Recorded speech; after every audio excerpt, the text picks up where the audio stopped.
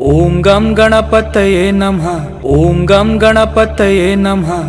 త్వమేవ ప్రత్యక్షం తత్వమసి. త్వమేవ కేవలం కర్తాసి.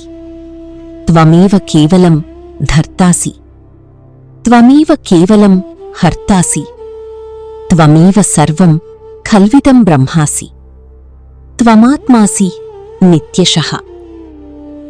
శ్లోకం యొక్క భావం: ఓం గణపతి, నీకు నమస్కారములు. మీరే సాక్షాత్తు ప్రత్యక్ష బ్రహ్మము. సృష్టిని సృష్టించేది, పోషించేది, లయం చేసేది మీరే. సమస్త జగత్తు మీరే. మీరే నిత్యమైన ఆత్మస్వరూపులు. దీనిని ప్రతిరోజూ ఉదయం, సాయంత్రం పఠించడం వల్ల సమస్త విఘ్నాలు తొలగిపోతాయని భక్తుల నమ్మకం. ఓం గం గణపతయే నమః.